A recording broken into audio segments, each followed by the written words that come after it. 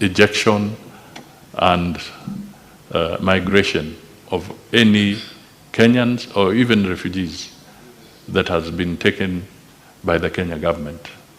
So I think there is some misinformation somewhere. Thank you. Thank you, Honorable Prime Cabinet Secretary. I think that terminates our interaction with the Prime Cabinet Secretary. We will now move to question number 007 and 042. Prime Cabinet Secretary, you may now leave at your pleasure.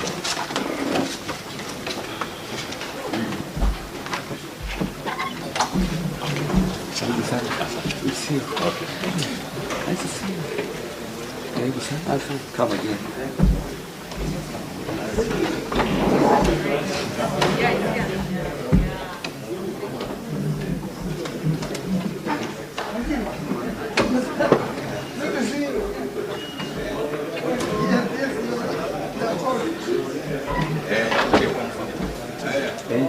Don't forget that.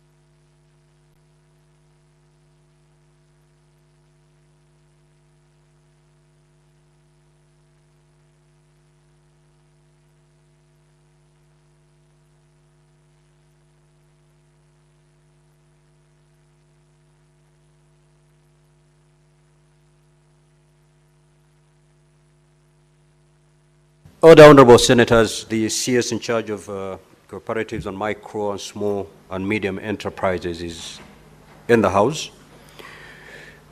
For purposes of responding to question number 007 by the Senator for Migori County, Senator Eddie Okech, and thereafter to respond to question number 042 by Senator Veronica Maina.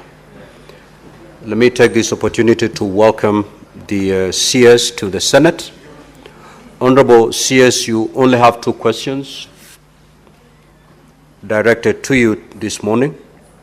I will call upon the Senator, nominated Senator Beatrice Akinyi on behalf of Senator Eddie Okech to proceed and ask question number 007. You may proceed, Honorable Senator. Thank you, Honorable Speaker.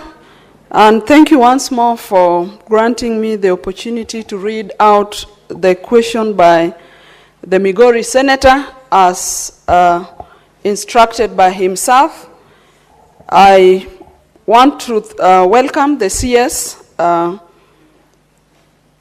Cabinet Secretary, one Honorable Wycliffe Ambassador Oparanya, who was also my deputy party leader and a committed man at that. Honorable Speaker, this is a question number 007 by the Senator for Migori County, Senator Eddie Okech, to ask the Cabinet Secretary for Cooperatives and Micro, Small and Medium Enterprises Development. Question A is, could the Cabinet Secretary explain the failure by the former Kenya Cooperative Creameries, KCC, and now by the new Kenya Cooperative Creameries, new KCC, to pay terminal dues to former employees of KCC whose contracts were terminated in the year 1999? B, when can the affected former employees expect to receive their terminal dues? And lastly, Mr. Speaker, sir, could the Cabinet Secretary also indicate whether the former employees have received payment for the cooperative society shares they held as at the time of their exit from KCC, and if not, provide reasons for the same? I thank you, Honorable Speaker.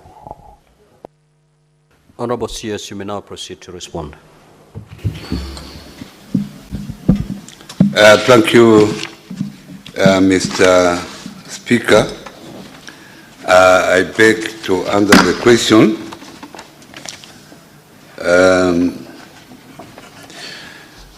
I will have to go through the journey, take you through the journey of the new KCC for the House to actually grasp where we are.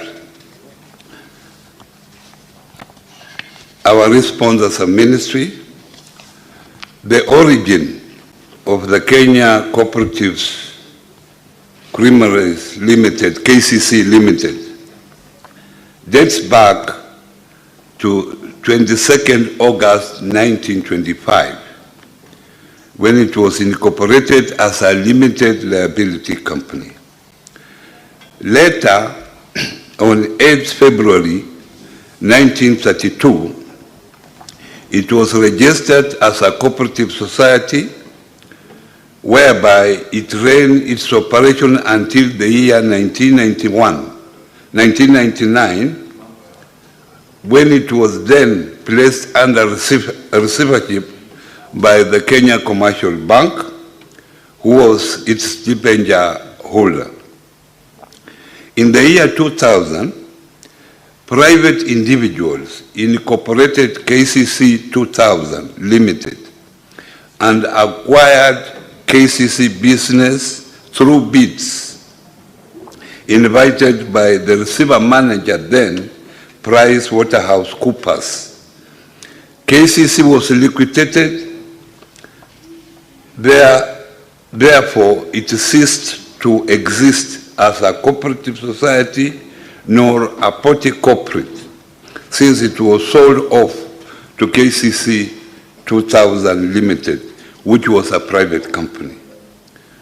On 6 June 2003, following a cabinet approval, the government of the Republic of Kenya bought back all the assets that had been sold to the KCC 2000 Limited. On 19th November 2004, new KCC was incorporated as a limited liability company with 100% government shareholding, thus converting its status to a state corporation under certificate number C11-358-353-8. In the year 1988, during the subsistence of KCC Limited, the claimants above filed an industrial case, number 24 of 1988, wherein they had sued KCC Limited, following termination of their employment after a strike had been called by the union. The matter was heard, and the court made a ruling that KCC Limited was liable to pay them. However, KCC Limited had collapsed, went into liquidation, and subsequently wound up and ceased to exist by the Kenya Gazette notice of 4th March 2003. At the time the claimants were filing the suit in the year 1988, new KCC Limited was not in existence and therefore was not a party to the suit. Similarly, new KCC Limited, having not been in existence when the claimants were in employment, it was clearly not their employer. The said claimants were employees of KCC Limited and not new KCC Limited, thus cannot be compensated by an organization they did not work for. New KCC Limited and KCC Limited cannot be said to be one and the same in law. However, a vesting order that was subsequently issued on 15th November 2005 was vested free from all encumbrances. That in accordance with the Transfer of Business Act, Section 3, a public notice was done and was printed in the Daily Nation on 28 June 2005 in regard to the government's purchasing the business and assets of KCC 2000 Limited. The employees did not object the notice to claim their dues as is required by the law, and thus Section 8 of the same Act came into effect that a claimant cannot institute a claim in respect of any liability upon expiry of 6 months. In the year 2013, the claimants filed a suit, Nairobi number 1299, 2013, John Kihato, Barrow, and 108 others, versus New KCC Limited and the Attorney General, seeking to be paid a sum of 204,417,555.50 Kenya shillings at the High Court. The matter was heard and concluded, and the High Court made a ruling that New KCC Limited was liable to pay KCC Limited former employees' dues. Subsequently, New KCC Limited filed an appeal against the High Court decision at the Court of Appeal under Civil Appeal number 191 of 2018. A 3-judge bench on 10th July 2020 held that New KCC was not liable for the liability of KCC Limited, which included the terminal benefits and unpaid SACCO shares of the said claimants.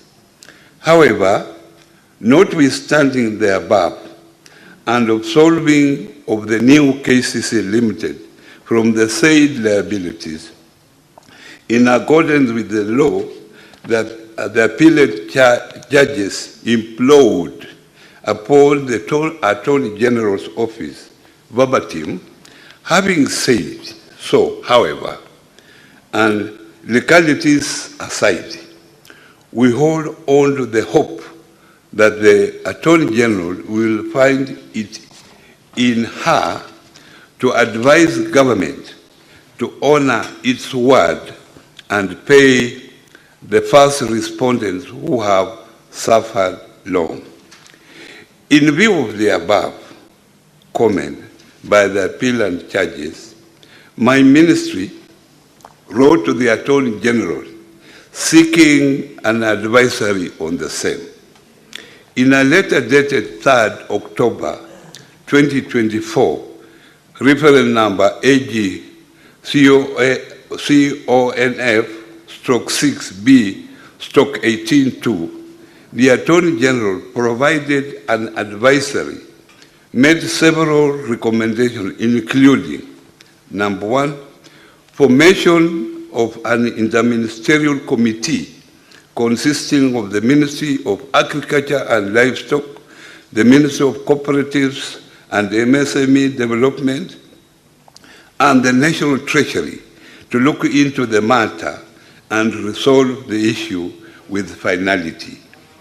The committee should be tasked to collect, audit, verify, authenticate, and validate the claims and recommend whether the same should be settled and to what extent within reasonable timelines.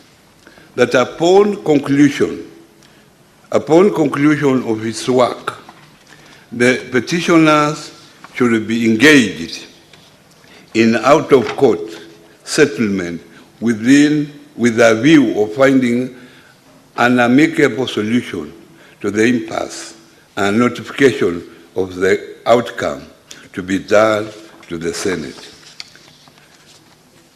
My ministry has already written to the Treasury, the Ministry of Agriculture and Livestock Development, to nominate suitable officers to implement the Attorney General's advisory. When the committee is constituted and completes its work, the recommendation thereof will be communicated to the Senate. For question number B, when can the affected former employees be expected to receive their terminal dues?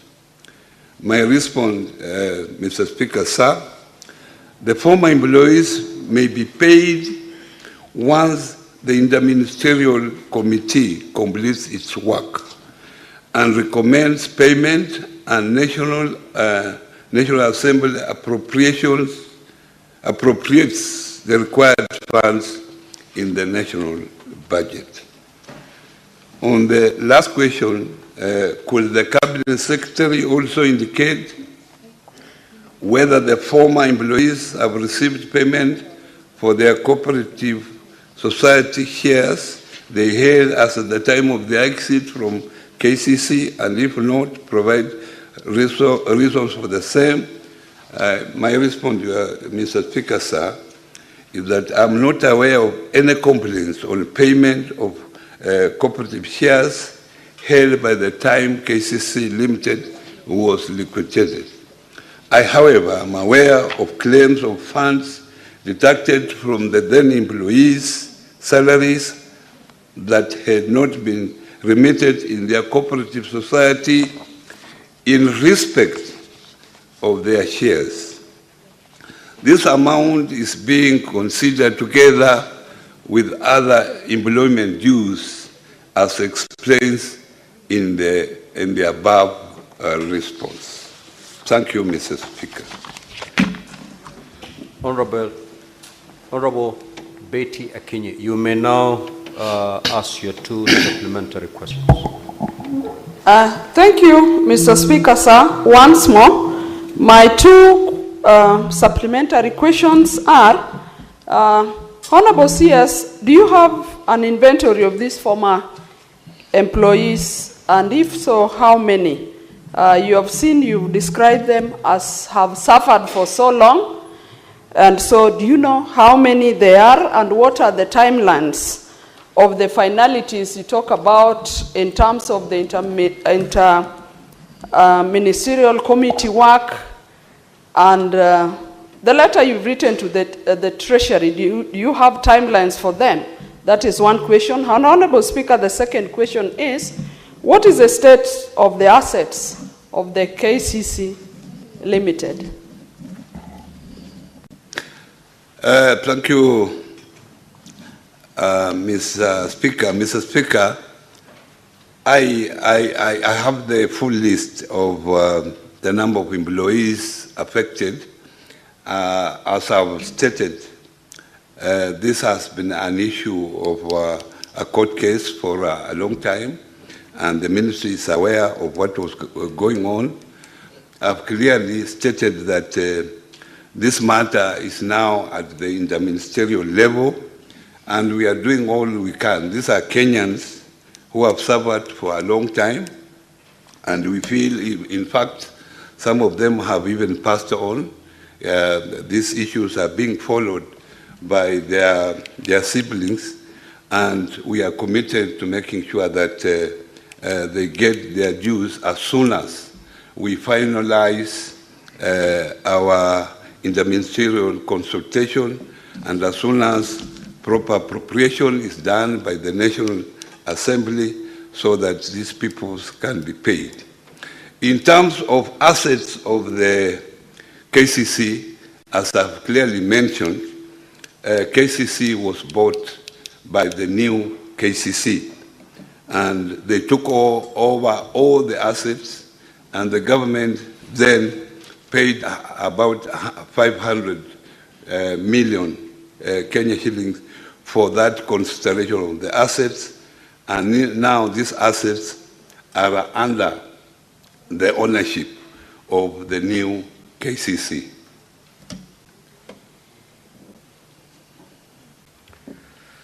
Senator Margaret Kamar. Thank you, Mr. Speaker, for giving me the opportunity. May I start, Mr. Speaker? Before you ask your question, Honorable Kamar, Honorable CS, I will allow about 10 senators to ask their supplementary questions. Just note them down, and then you respond to them at a go. Okay, thank you. Proceed. Thank you, Mr. Speaker. May I start by congratulating the CS, being a new member of the cabinet and being here for the first time in my case. I know he worked very well with you, Mr. Speaker, when you were both ministers, and he did a very good job, and I don't doubt that he's going to do the same thing in this ministry. Mr. Speaker, KCC, original KCC, and I want to thank the minister for giving us the chronological, the historical events that have taken place in KCC. I am a beneficiary because my father was a dairy farmer and I benefited a lot through our education system. The minister has addressed, as per the question, the issue of the staff.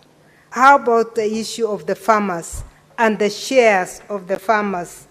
When we talk of the assets which were bought in the year 2000 by new KCC, what was paid to the farmers? Because my late father died with the hope that one day his shares in KCC shall be paid to us, his children, but we have not had anything of that sort. Did the government consider the shares that were owned by the farmers, because the assets really belong to the farmers? They didn't belong to nobody. They belong to farmers. Among them, a very huge population in both Elgeyo Marakwet, where I was born, and Uasin-Gishu, where I reside. What consideration was given to the farmers? Senator Mbugua. Thank you, Mr. Speaker, and thank you, Cabinet Secretary, for your response. My question is, the recommendation to form this committee was done 6 months ago, and from your response, you are only talking about 2 letters being taken. What assurance can you give this House on your commitment to ensure that this matter is resolved within the shortest time possible? Thank you. Senator Manzo. Thank you, Mr. Speaker. Mr. Speaker, when I was a secretary of the Ministry of Cooperatives, the issue was that farmers used to deposit their milk there daily, and therefore they build their shares on a daily basis, and the assets belong to them. The ownership of cooperatives is usually on equal basis, so that you may find one farmer doesn't have a bigger share than the other. What effort has been made to make sure that these liters of milk, that there is a record for them, and it forms part of the ownership of the farmers, which is informed now by the value of the current value of the assets. And could that be accounted so that when you deal with the employees, we also deal with the original members of the cooperative society? Thank you, Mr. Speaker. Senator Esi Okenyuri.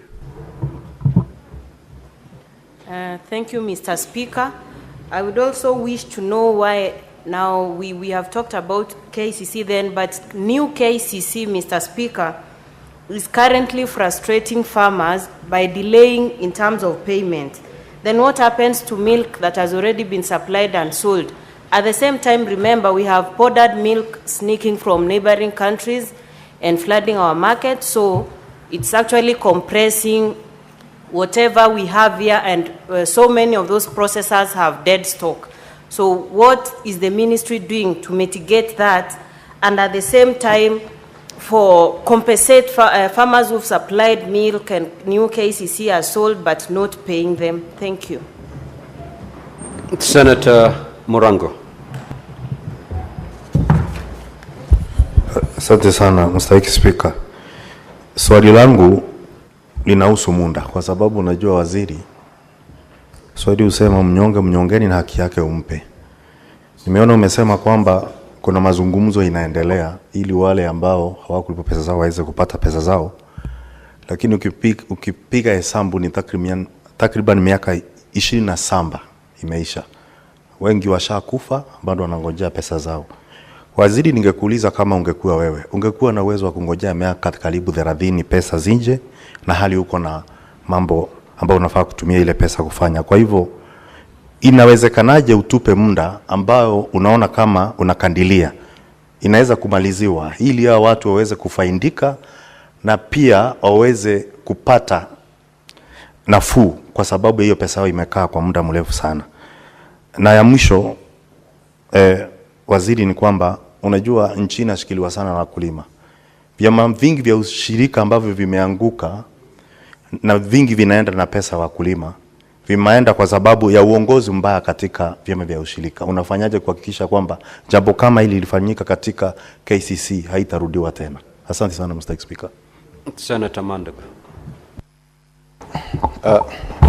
Thank you, Honorable Speaker. My supplementary question, Honorable Speaker, is in relation to what the Cabinet Secretary has said in terms of the assets. Honorable Speaker, I asked a statement in September 2024 on the issue of assets of new KCC, and the Cabinet Secretary had committed to provide a list of assets with its valuation. We have not received to date. We also know that the 500 million that was paid was actually not commensurate to the value of the assets of KCC then. What are you doing as a Cabinet Secretary to secure the assets of new KCC as they are? Because, Honorable Cabinet Secretary, you have a very rogue board, and you know what they were trying to do. You know what they have done with they wanted to do with the new KCC headquarters. Of course, you know the Tetra Pak house, and you also know the one in Ngong Road has already been leased out. What are you doing to secure the assets of new KCC? And when are you going to provide a comprehensive list of the assets of new KCC? Senator Mgatana. Thank you, Mr. Speaker. Mr. Speaker, I was listening carefully to the answer the Honorable Cabinet Secretary was giving, and I wanted to draw his attention to the decision of the Court of Appeal when they negatived the decision of the High Court that the workers do not have a right. You said something very fundamental there. You said that the Court of Appeal said, despite, aside from the legalities, please, Attorney General, find a way for these workers to be paid. What I'm finding curious, Mr. Speaker, and this is where the question is, why, as a minister, and by the way, I'm glad that you took it up and wrote a letter to the Attorney General, but what the Court of Appeal is simply saying is that there is no legal basis for the payment of these workers, but there is a moral basis. That is, as ex gratia payment is due and owing. So the question is, why couldn't you call the litigants or their committee, just agree? You just tell them this is what the court has said, this is the end of it. Why can't we agree on 500,000 each person or 200,000? You negotiate and then seek the budget through a cabinet paper. Why then start forming interministerial committees? I don't know what. Why follow this long-sighted, winded process? Don't you think that's a way of trying to escape responsibility? Why can't you just shorten this process, write a cabinet paper, get funding for it, and pay these people? And why can't you do just a shortcut for this matter to be resolved? Because all the question the Senate is asking you is, can you shorten the timelines to finish this matter? Why can't you, Mr. Minister? I submit, Mr. Speaker. Senator Veronica. Thank you, Honorable Speaker, for this opportunity, and welcome to Senate CS Cooperatives and Micro, Small and Medium Enterprises Development. You have a big assignment in your hands, Honorable CS. And when I look at the answer you have given us regarding claims and terminal dues by employees who are in KCC in 1999, I get very concerned, because when our citizens invest in assets they believe to be co-owned by government, it means it's like a bond of guarantee that they cannot lose their investment and their dividend. But when a dispute is this prolonged and it's affecting people who are not very well able financially, it's not a very good statement. In fact, the treasury bills, why Kenyans invest in treasury bills is because there is a guarantee to that treasury bill returning dividends. So CS, when do you think you can pay these former employees of KCC, and why has the new KCC refused to oblige to the directive of a minimum price guarantee of 50 shillings per litre, a complaint which has come from a county like Nyandarua? I spoke to a few residents from Nyandarua whose milk is being sold below 40 shillings. Why are we having that confusion when the policy guideline on the price, the minimum guaranteed price for their milk should not be below 50 shillings to the farmer and 3 shillings for administrative cost? Why do we have those disparities? Senator Kisang.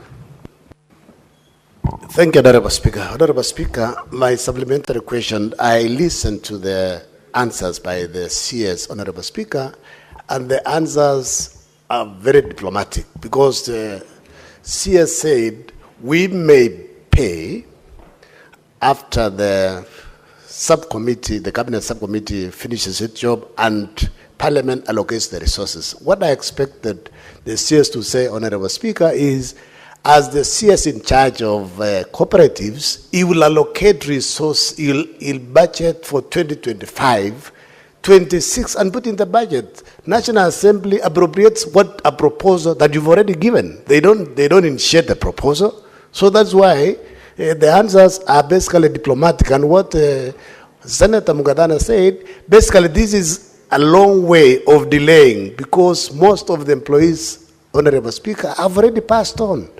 The children, the spouses, are the ones they've been waiting for the last 30 years, Honorable Speaker. Unless basically, as a country, we say, may these people then, instead of using the law to frustrate our people, can we then auction the property for new KCC? Because, you know, they are forming new companies to evade responsibility, Honorable Speaker. Thank you, Honorable Speaker.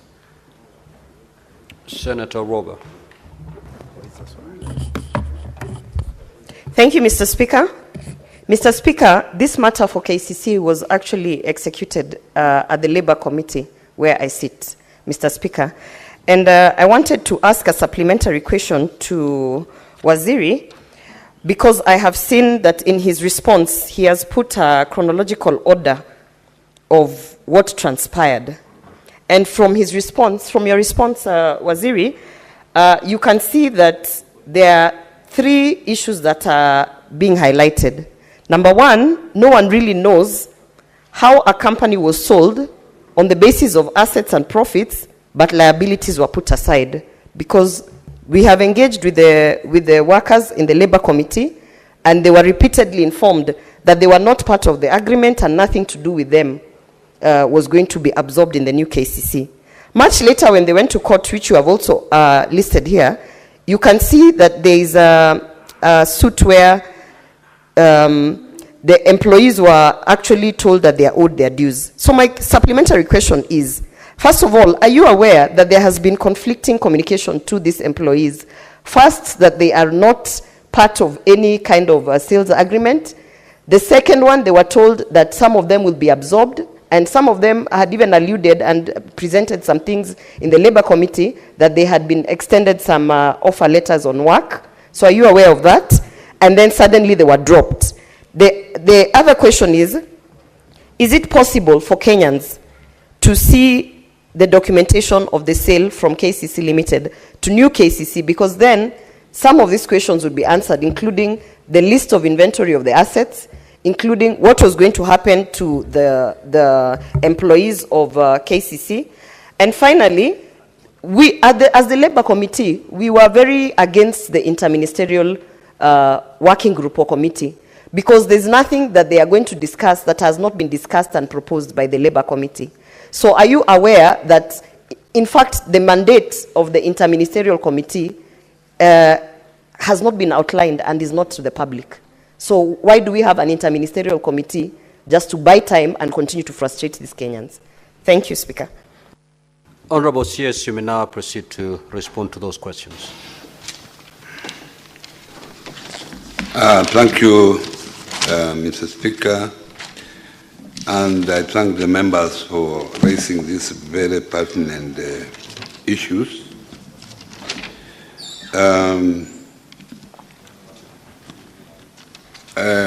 Honorable Kamar talked of staff and the shares of the farmers. And I can say here, Honorable Speaker, that most of the staff of KCC that were suitable for employment were taken over by new KCC. And obviously, Honorable Speaker, this has taken time, and most of them have actually retired.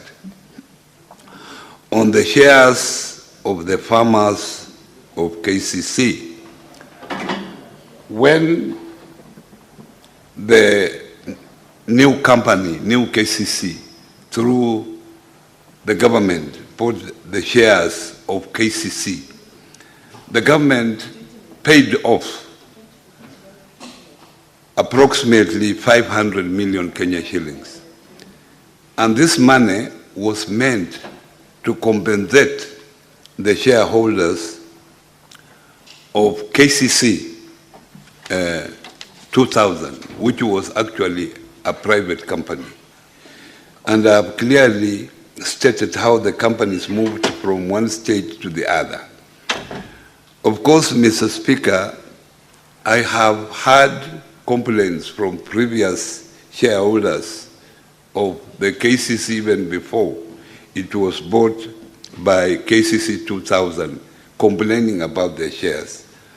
But there is little that I can do at that moment because this particular company had already moved. And I intentionally gave you the history of the company so that you can actually understand when I come up with other comments. Mheshimiwa Mbugwa, you talked of about 6 months has taken. It is clearly, and Senator Mkatana has already said this, that actually these particular employees were not supposed to be compensated by new KCC, because new KCC is a complete answer. But because of moral, and we thought these are Kenyans who have worked for all those years, they need compensation, even from government point of view. And I want to assure you that I'm going to take up this issue seriously so that these people are compensated as soon as possible. And in case I have problems, I'll come back to you before this House to say that this is where I reached and these are the problems that I have encountered.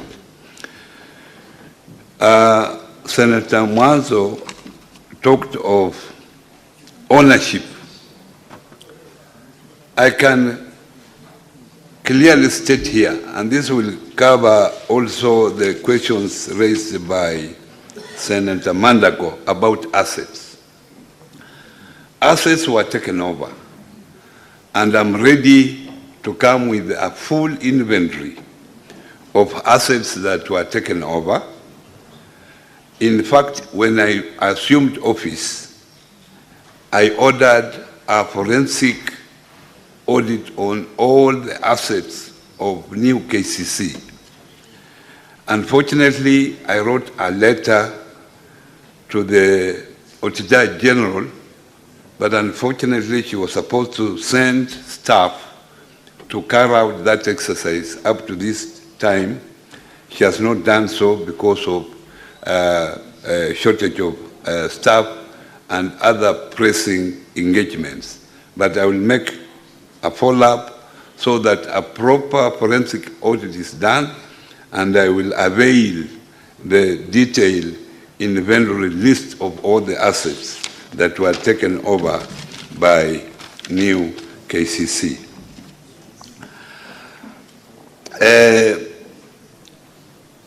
The issue of governance in the cooperative movement is very rampant. And Mr. Speaker, I can say before you that that's why we came up with the Cooperative Bill 2024. The Cooperative Bill 2024 has gone through the National Assembly, and it is before this House. I want to plead with you, Mr. Speaker, that please let the House, the Senate, consider this legislation, the Cooperatives Bill 2024, and if it is passed, it will deal with many of these governance issues, because governance issues of the cooperative movement have been adequately addressed in that particular bill. The issue of assets and valuation, I've promised that this will be available, a comprehensive list, and that I will also remind the Auditor General to do a forensic audit so that both documents of the list I have, already which I have, and the forensic audit, I will present it to the Senate. The issue of Mkatana, I'm with you, Senator Mkatana, about the moral responsibility of the government to make sure that these people are paid, and I'm going to take the responsibility of making sure that these people are paid as short as possible within the time frame. But the issue of interministerial was not the creation of the ministry. This was a recommendation from the AG, Attorney General. He recommended that we discuss. As you might be aware, at that time, cooperatives as a state department was within the Ministry of Agriculture and Livestock, so there might be some documents which are there, and that's why they were being brought in the fold, and also the Treasury to make sure that this allocation is expedited for this staff to be paid. On the issue of the minimum price for the milk, I want to state here categorically that it is 50 shillings.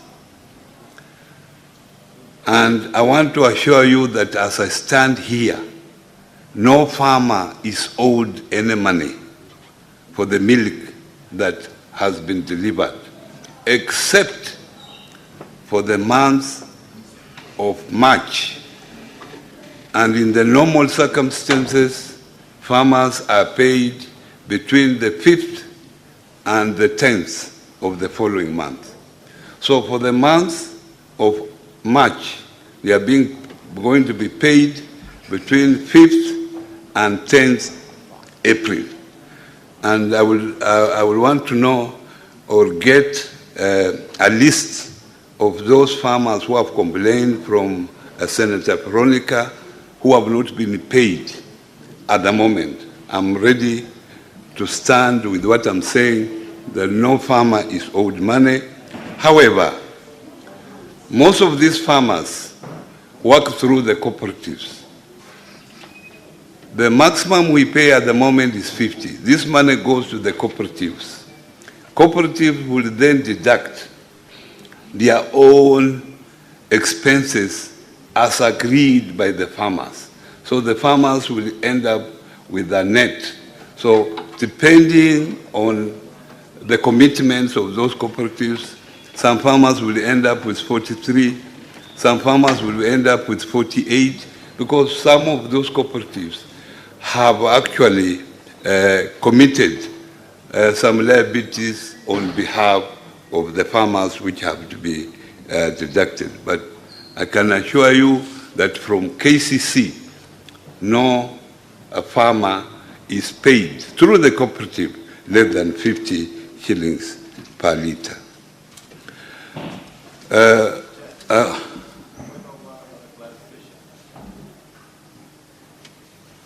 Let's proceed, Honorable Cs. Senator Mandago, you may approach the chair.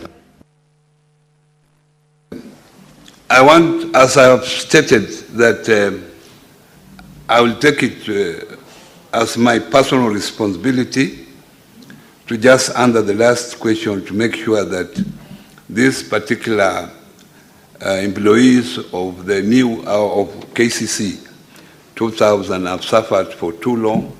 We will make what is possible to make sure that they are paid as soon as possible. Thank you very much, Mr. Speaker. Honorable Senators, will now move to question number 042 by Senator Veronica Maina. Honorable Senator, you may now proceed to ask your question.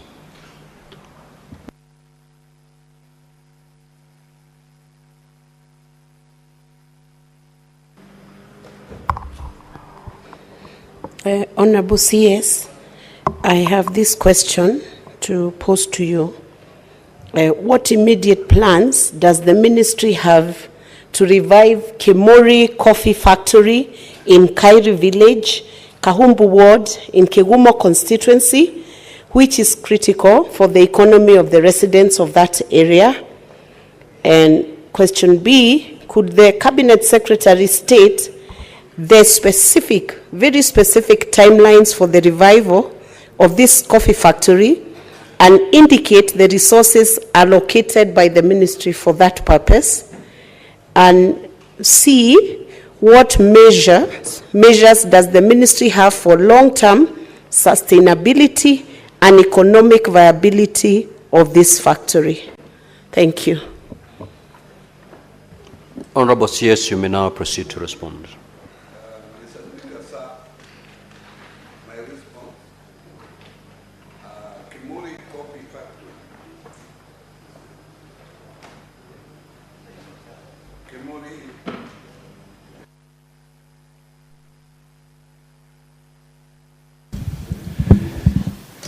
Kimuri Coffee Factory is the only factory belonging to Kimuri Farmers Cooperative Society. Kimuri Farmers Cooperative Society split from the larger Njola Farmers Cooperative Society to run separately with only one processing factory. Despite being registered to operate independently, Kimuri Farmers Cooperative Society is now dormant due to unsustainable operations arising from low active membership, low coffee production, and poor governance. Kimuri Factory requires the following facilities to revive operations. 1, dairy drying tables, reconnection, and other coffee pulping machinery. Other coffee pulping machinery and facilities are available. In order to revive the operations of the coffee factory and the cooperative in general, the ministry, in collaboration with the county government of Murang'a, intends to conduct fresh elections, to reconstitute the management committee, build capacity to the newly elected management committee, sensitize coffee farmers within the catchment area of the factory on the need to patronize the services of the cooperative, facilitate the reconnection of electricity to the coffee factory and the coffee farmers within the catchment area, And then finally, facilitate the reconstruction of drying tables and services of other equipment and facilities. On question number B, the intervention listed in response A above will be implemented during the financial year 2025-2026, whereby we have factored in the budget provision of 18.5 million for coffee revitalization. Part of these funds will be used to support the revitalization of the operations of the Coffee Cooperative Society. On question number C, the ministry is working with other government ministries, departments, and agencies and is in the process of implementing the coffee revitalization strategy that covers several areas that include policy, both coffee and cooperative policies, legal, both the Coffee Act and the Cooperative Act and accompanying regulations, streamlining coffee marketing and payment systems, increasing area under coffee, amongst others. These measures are expected to improve the sustainability of the factory together with the coffee sectors in general. I submit, Mr. Speaker, sir.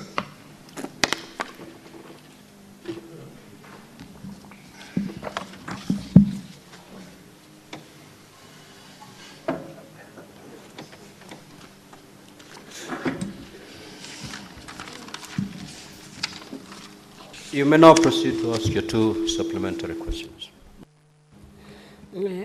Honorable CS, are you aware that in spite of this answer which you have given and which to a good extent is general, that at the point when this coffee factory was being shut, its annual production was over 1 million kilograms of coffee production, and that right now farmers have to walk over 10 kilometers to access the next coffee factory, as a result of which they have abandoned their coffee farms because of the closure of this factory?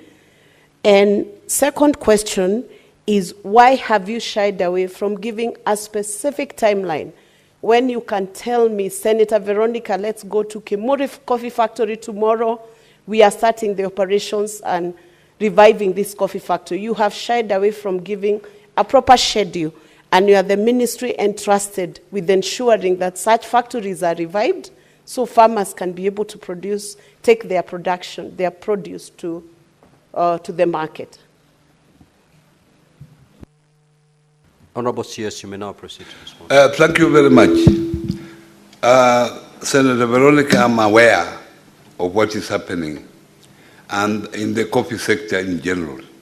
And that's why we have come up with a coffee revitalization strategy for the year 2025-26, a project that is starting now and will go on for the next 3 years to ensure that we increase coffee productivity, we ensure proper governance within the cooperative sector. And let me tell you this, I'm committed to go with you anytime you are available so that I can make my personal commitment to make sure that we revive this particular cooperative. Senator Manzo. Yes, Senator Veronica, I thought your question had been addressed. Yeah, but I need a clarification. There is no schedule served here. He's committed and that I can do the visit, but I want a schedule that goes to revive the factory itself. The visit is the easier part. But reviving the factory, why have you not committed a timeline or a schedule in your response, and can you give a supplementary response to give the timeline for which you'll commit? Because I don't want to believe that you'll take 3 years to revive something that's already existing, which only went down, Honorable CS. Honorable Senator, I'm telling you, let us go to the ground. Through that judgment, when I'm on the ground, I will be able to tell you definitely this I can take such a long period to do it. Because I'm depending on a question, on answers that have been given to me by the, the county government of Murang'a. So that's why I've said, let me visit so that I can make personal commitment. And secondly, you know that cooperatives is a shared responsibility or a shared function between county governments and national governments. So we have to be, both governments have to be there to see who does what, so that we can coordinate our issues properly. Senator Boni Kalwale.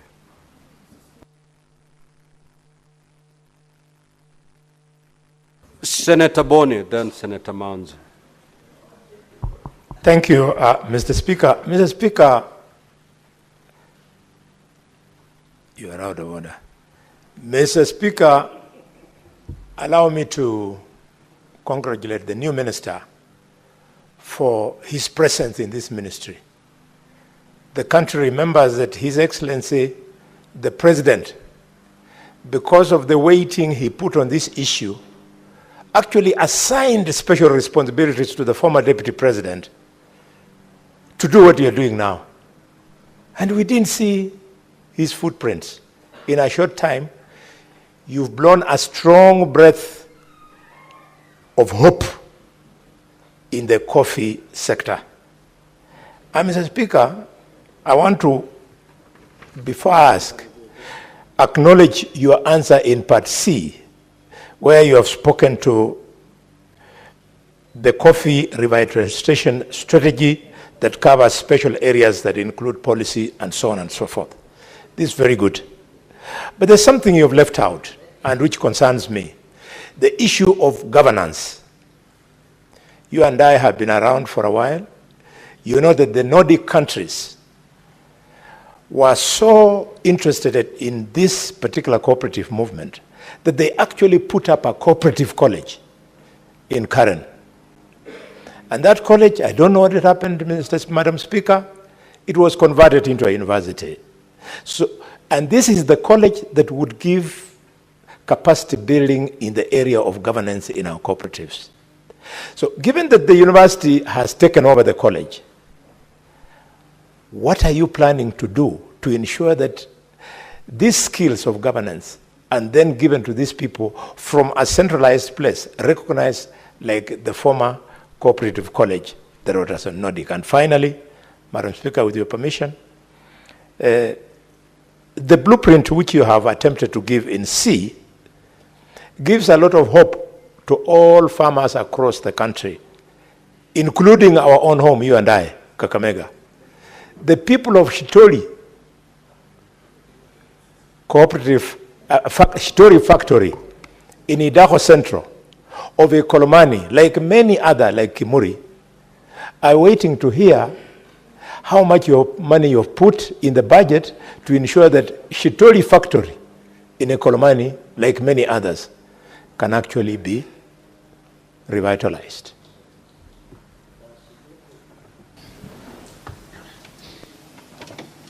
Senator Manzo. Yes, Madam Speaker, you know the minister is on his feet, but I will be as brief as possible. First, I want to congratulate the CS for coming up with the new cooperatives law, because this is going to deal with the governance in individual cooperatives like Kimuri. But bearing in mind that the budget to Ministry of Cooperative has remained tiny over the years, and also bearing in mind that the counties whereby they're dealing with the cooperatives as a devolution strategy is also underfunded. What are you going to do about ancient situations like Kimuri? Do you have some other sources of funding, like international funding, interested people in the cooperative movement worldwide who really want to support Kenyan cooperative movement so that you have funds to revive a cooperative like Kimuri. I thank you, Madam Speaker. Senator Murango, Honorable CS, you could even take your seat because we'll take the questions and then you respond to them together. Asante sana Mstahiki Speaker. Mstahiki Speaker, kwanza ni kushukuru kwa swali ambayo umeuliza kuhusu vyama vya ushirika ambazo vingi vimefilisika. Jambo la kwanza, sababu kubwa inakuanga ni uongozi mbaya katika vyama vya ushirika na wale wanaoongoza katika vyama vile ambao wanachaguliwa kule mashinani. Na waziri, unajua lazima tukianza kutatua tatizo tuweke msingi ya kwamba jambo hilo halijatokea. Kulikuwa na sababu kubwa ambayo ilifanya Kimuri kufilisika, ambalo inafaa iangaliwe kwa kina. Kwanza, ilifilisika kwa nini? Kwa sababu tunapojaribu kuongeza kuzalisha kahawa na wakulima bado wanaenda kilomita 10 kwenda kupeleka kahawa yako katika mitambo ya kusagia na vyama vya ushirika, wengi wataenda kulima vitu vingine ambavyo havingekuwa vya maana sana kushinda kahawa. Mstahiki Speaker, na kitu ambacho ningeambia waziri ni kwamba na chanzo kubwa sana vyama kufilisika, kuna mambo mengine inatokana na maafisa ambao wako katika wizara yako, wale maafisa wa vyama vya ushirika. Nasema hivyo kwa nini?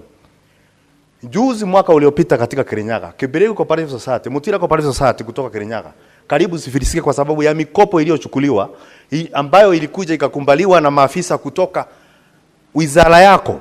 Wakakopa pesa na wakukopa kwa bank, walikopa kwa watu binafsi, halafu wakakata wakulima. Kwa hivyo ni jambo moja linalofaa kushughulikiwa. Mstahiki Speaker, nikimalizia, pia kama tunataka wakulima wa kahawa wawe na pesa mfukoni, kunaomba mpaka tuangalie. Katika gazeti la serikali juzi kulikuwa na toleo ambalo lilikuwa limetolewa na waziri Mbadi ambao lilikuwa linasema kwamba sasa wakulima wanafaa watakuwa anatozwa 0.3 pesa ambayo itaenda kwa shirika taasisi ya CMA ambayo iko katika wizara hiyo ya hazina, 0.3 ambayo itaenda kama malipo ambayo italipa ile malipo ya moja kwa moja inaitwa DSS, na 0.2 ambazo zilikuwa zinafaa iende katika soko katika Nairobi Coffee Exchange.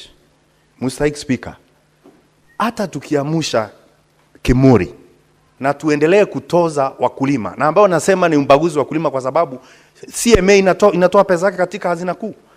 Kwa nini lazima iwe mmea ambao utatozwa pesa ni mmea moja tu wa kahawa na CMA? Kwa nini? Hiyo ndio swali nimekuwa nikiuliza. Kwa hivyo waziri, najua hiyo si sehemu yako, lakini ningependa pia ufuatilie kidogo, uangalie wakulima wako vyama vya ushirika ni pesa ngapi zinakatwa, kwa sababu kama Kirinyaga sisi tumejipanga. Na waziri, najua unakubaliana na mimi kama kuna mahali vyama vya ushirika zimekita mizizi na ziko sawa ni Kirinyaga. Tuko na factory 77, tuko na vyama vya ushirika 14 na chama kimoja kikubwa katika Kirinyaga ambao kinaangalia mambo ya kahawa. Lakini pia tumeweza kununua machini ya kusaga kahawa, tunajisagia wenyewe na sasa tunajiuzia wenyewe. Lakini hapo tumepatikana hapo na CS bandi bado wanataka kukula kutoka kwa kikapu chetu. Angalia hiyo waziri. Senator Chararike. Thank you, Madam Speaker. From the onset, before I just support your statement, is I want to congratulate my friend Governor Oparanya, the new CS, for the good job he's doing in the coffee and other subsector. Madam Speaker, just to follow up on your question, just like Kimuri, in Nandi, and there is a perception in this country, and sorry for saying this, Madam Speaker, that coffee is only grown in Mount Kenya or Murima, but coffee is grown across the country, including Nandi, Bungoma, among other areas. And even Kakamega, Machakos, Makueni, and many other areas across the country. Madam Speaker, in line with the Coffee Cherry Fund under the Coffee Bill, what are the strategies alongside Kimuri Factory that, Madam Speaker, you have raised to support coffee cooperative farms, cooperative societies. For example, in Nandi Hills, especially in Tindre sub-county, we have, just to name a few, cooperative societies like Kipsiele, Cooperative Society, Kapunyeria, Madam Speaker, Kapkulumben Cooperative Society, Kabrier Cooperative Society. We also have Sarwat and Kapsawas Cooperative Society in Aldai sub-county and across the entire of Nandi. What are the strategies along Kimuri Coffee Factory in Kairi village as the CS put in place to spur and ensure these coffee cooperative societies across the country are no longer going under or are being declared insolvent, and therefore they are able to support the growth and the flourishing of coffee growth and coffee business across, even in Kericho, where like for Tenan, in Kericho, where we have many cooperative societies. For Tenan, I don't know why my teacher is excited today, Professor Tomo Jenda, and he just walked in. Madam Speaker, and therefore, what are the strategies, including, Kericho is my neighboring, like for Tenan area, Kipkelion area, farmers also grow a lot of cooperative coffee, even in Bungoma, in Kakamega. What are the strategies? What is the silver bullet? And I'm happy that the CS is a former governor, so he understands it is easy for him to manage both what the counties is doing in terms of what is happening in Kimuri and across the nation, so that we can continue, Madam Speaker. And therefore, that's my supplementary question, and to thank him for supporting Senator Boni Kalwale for Governor of Kakamega County. Thank you, Madam Speaker. Thank you. Thank you, Senator Charadig. Senator Madago Jackson, are you doing campaign from the floor of the House? It's not allowed. Thank you very much, Honorable Speaker. And I think let me congratulate Cherargei for recognizing that the former governors can help current senators to become governors.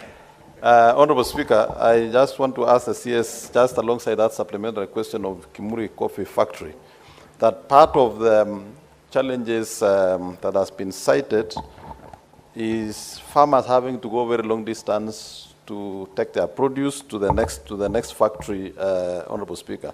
I wanted to know what the Cabinet Secretary is doing to make sure that the services of the Coffee Research Institute, which is a very important organization towards coffee productivity and quality, what is he doing to make sure that those services are available in other parts of the country, particularly the western part of Kenya? And when we talk of western part of Kenya, it's the whole of former Western Province, the whole of the Rift Valley and Nyanza, where coffee now is being grown as a very serious commercial crop, so that these services can be available and productivity can be increased, and we can see also an increase of new factories in the region. Thank you, Chair. Thank you, Senator Madago. Senator Professor Tom Odhiambo Ojenda, SC.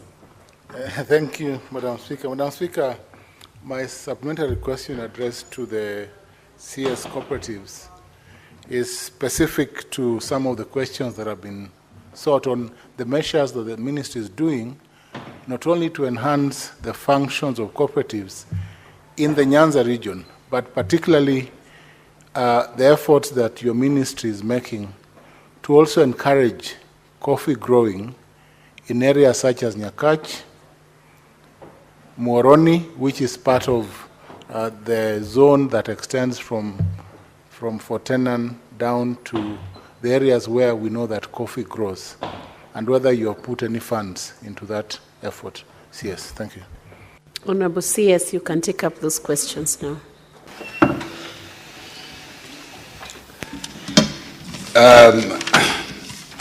Madam Speaker, I want to thank members for those questions.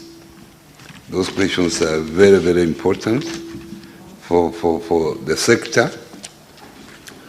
And the first question,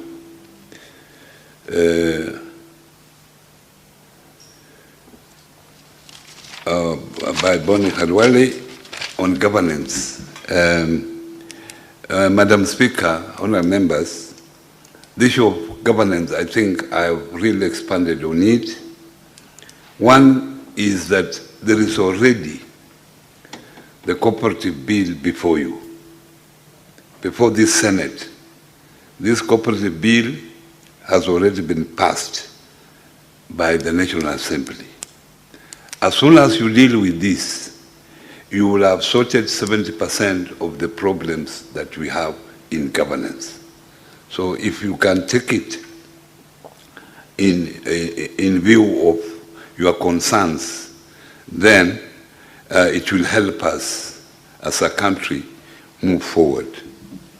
The issue of the Cooperative College, Cooperative University of Kenya still has a mandate within its objective to support the cooperative sector, because it is a child, it came out of, it is born out of the cooperative movement.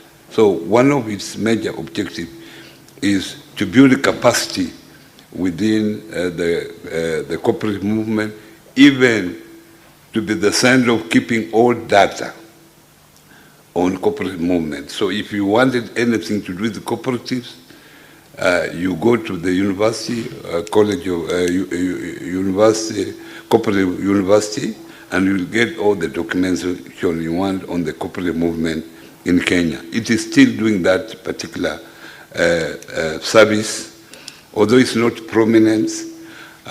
When I came in, I've engaged the management of the cooperative university, and I've told them now to come out and make sure that on the issue of governance, since we have mwongozo for parastatals, we must also have mwongozo for cooperatives, because now cooperative movement has become big with over 30,000 cooperative societies in the country. As mentioned, Madam Speaker, we have come up with a revitalization strategy to revive coffee cooperatives, at the same time revive the growing of coffee. And you remember when the president was addressing the last, when addressing the parliament last time, he committed himself to making sure that by 2028, 2029, the production of coffee will have increased from the current 51,000 metric tons to 150,000 metric tons. As a ministry, we have taken the responsibility of making sure that this presidential promise is achieved. And that's why we came up with the revitalization strategy, and the president at the moment has committed to provide 500 million Kenya shillings between now and June of this year to start that exercise. Through that, cooperatives like Shitoli that you have mentioned, Honorable Khalwale, will benefit from those particular funds. And I have already talked to few members of parliament, including Boni Khalwale, about the importance of embracing coffee farming in this country, because at the moment, Madam Speaker, we are now, coffee is fetching the highest prices since the last 10 years. It is now fetching, farmers used to get 50 shillings per kilo of cherry, now the average is about 114 at the moment. It has never happened. Because there is a big shortage of coffee. Countries like China have now embraced consumption of coffee. So Kenyans should take this particular opportunity and make sure that we grow coffee. However, as mentioned by Senator Mwanzo, is that as a ministry, we have not managed to get proper budget. We have presented a budget of about 4 billion Kenya shillings in order to make sure that production. Senator Morango, what's your point of clarification? Asante Mstahiki Speaker. Waziri, sijui kama unajua kwamba katika Bungoma, Cheskaki na Cheptais mwaka huu wamepata shilingi 21 tu kwa kilo ya kahawa. Kwa sababu nimesikia ukisema kwamba wakulima sasa wanapata kuanzia shilingi 100 kwenda juu. Hawa katika Bungoma kahawa yao kilo moja imetoka shilingi 21 tu, waziri. Kwa hivyo hapo si kweli. Kuna wakulima bado hawajaweza kunufaika na jitihada ambazo mnafanya kama serikali ama ukiwa waziri kupata pesa nzuri katika kahawa. Madam Speaker, I've yet to get the evidence of what the senator is saying, because my statistics are from the Nairobi Coffee Exchange. That's where we get our statistics. And you see, in coffee farming, farmers are free to sell to whoever. They are not compelled to come to Nairobi Coffee Exchange. There is a parallel marketing. You can sell yourself. But there are, of course, middlemen who go to farmers, and sometimes farmers need money quickly. They buy cheaply and transport the same coffee to come and sell at the Nairobi Coffee Exchange to make a kill. So I will advise the senator that the farmers should avoid selling coffee to the middlemen. There are proper structures. There is a mill in... Senator Boni Halwale, are you sure you want to have a point of order, because he's not a senator submitting from the floor of the House? What is your clarification? Madam Speaker, this is very important. In Kirinyaga, farmers were paid as high as 151 shillings per kilo. In Mount Elgon and most parts of Western, it was between 20 and 30 shillings. Could the minister clarify, why is this differential? Why should farmers doing the same good job be paid 21 shillings in Western, and in Kirinyaga they are paid 151 shillings? Senator Boni, I was pursuing Standing Order number 105. That's why I was struggling on accuracy of what is being stated. But you have shown me, and the minister has heard me. We are concerned because we have now, Minister, we've gone full throttle. We're telling farmers to plant, but 21 shillings against 151. Senator Boni, he was in the middle of answering that same question from Senator Murango. Yeah. So maybe you allow him to finish the response he's giving. Madam Speaker, I've yet to get that statistic said by Senator Halwale. I'm yet to get that statistics. Yeah? Me, I can prove my own statistics. There is no differential.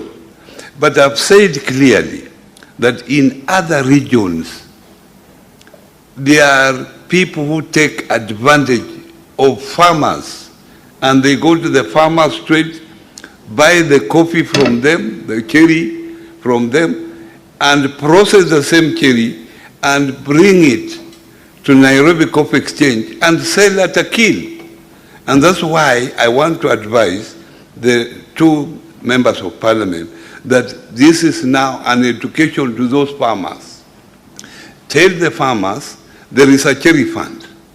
So there is no need for them being in a hurry. As soon as you have your cherry, there is a fund already, you make an application from any cooperative bank, any branch of cooperative bank. You fill the form, it is proved that the cherry is with you, and you are able to be paid a minimum of 50 shillings per cherry as your coffee goes for milling and then goes for coffee auction. When it is auctioned, you are paid within 5 days. And this is part of the reforms that the Ruto government has undertaken. And within those 5 days, they will pay you minus the 50 that you will have received in advance. So I don't see how a farmer can accept to sell the coffee at 30 shillings when already there is a cherry farm that can give 50 shillings. I don't believe that, Madam Speaker. Do I continue, Madam Speaker? Just proceed on. You're doing well. Proceed yes. on. Thank you very much. So, Madam Speaker, the issue of churches that Dr. Marango, Senator, the issue of churches. You know, coffee, 75% of coffee farmers are smallholders. It's only 25% that are estate, the big boys. A small farmer with a half acre, 1 acre, cannot manage to have his or her cherry processed and taken to Nairobi for auction at the Nairobi Coffee Exchange. And that's why there is a cooperative movement. So you will find that these small farmers are within a small cooperative movement, so that the cooperative movement is able to provide these services to the small farmer. And the cooperative movement is not doing this service for free, because it's a movement, it is an establishment, it has staff, it has machinery. So those services should be paid for. Through the reforms, the government has said that the minimum that the coffee farmer can be paid is 85% of the selling price. The 15% will go to other service provider. Because a small coffee farmer cannot transport coffee from Bungoma, mill it, and then take it to Nairobi Coffee Exchange. So those providing other services, we are now limiting it, which has not happened before. It is now being limited through that legislation, although some people have gone to court to stop that. But that is the best way. That's how coffee farmers will benefit to the maximum. So those services paid, and it's 0 point something. It's not even 1%. It's not even, we have even now reduced payment to brokers. The CMA we have reduced. We have slightly increased payment to the Nairobi Coffee Exchange because of the services they provide. Now, Senator Nandi, I want to congratulate Nandi. Nandi and Kericho now have come up, they have become among the top 10 highest producer of coffee in this country. And most of them, most of the farmers are moving from tea, because those areas have been known for tea, because there are more money in coffee. And let me state here categorically that coffee is grown in 33 counties. And the coffee can grow anywhere. Leave this belief that coffee can only grow in a particular area. And we want to promote coffee to be grown in the entire country. And this is now our mission, that coffee should be grown, but because this is the only crop I can, at the moment, I feel that can change the economy of this country. And that's why we have reforms. And Madam Speaker, give me a chance next time I come and tell the honorable members here the reforms that this government has undertaken within the coffee sector that will make more people grow coffee. Thank you very much. We have one more question from Senator Christo Kegeni Asige.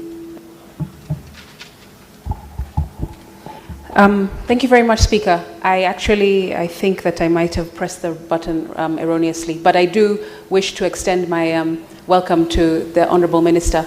I think this is the first time that we've met here in Parliament, and I congratulate him as well on the work that him and his ministry are doing. I thank you. Thank you, Senator Asige. Honourable CS, thank you for the answers you have offered for the questions that have been posed by the senators. Is there a clarification? Senator Mudavadi. Yes, Honourable Chair. I didn't hear the CS respond on the issue of Coffee Research Institute. Yes, CS, you can take I remember very well, but I thought he has been a colleague of mine. We have been friends. I thought we could meet outside there, and then I expand on that particular issue. But since he needs an answer, Coffee Research Institute is under the Ministry of Agriculture and Livestock, but in terms of collective responsibility, I will attempt to answer that particular question, because we are getting coffee seedlings from Coffee Research Institute. In fact, through the coffee revitalization strategy, we have engaged Coffee Research Institute. And what was happening, you remember when AFA was introduced in 2012, farming became an issue. And that's why you can see every sector within agriculture, sugarcane, they are now coming with their own legislation. Coffee, where we were back before 2012, coffee, they are also coming with their own legislation. And now this will stimulate Coffee Research Institute. Coffee Research Institute, since 2012, has actually been underfunded. And now we are saying now, using part of this money that we are being given, the budget of 500 million Kenya shillings, we want most of this money is going towards Coffee Research Institute to activate it, to produce more seedlings for our farmers. And in fact, they are now mobbing up all the seedlings in the country for this particular strategy. So that particular organization is being revived, and is one of the strategy. I'm grateful to the management of Coffee Research under Dr. Kichuru that they are doing a good job to make sure that we revive the coffee sector. Thank you very much, Honorable CS, and thank you for the insights you have offered on the coffee sector and the other question that was brought forth. And I believe you'll come back to the House to talk about the coffee reforms as you have proposed. I'm sure one of the senators, you pick up that proposition by the minister so that we push it to the next level. So right now I want to release you together with your team, and you can leave at your own pleasure. Thank you very much, CS. Honorable Senators, we have the remaining agenda on the paper, from the order paper. Item number 9, agenda 9, 10, 11, 12,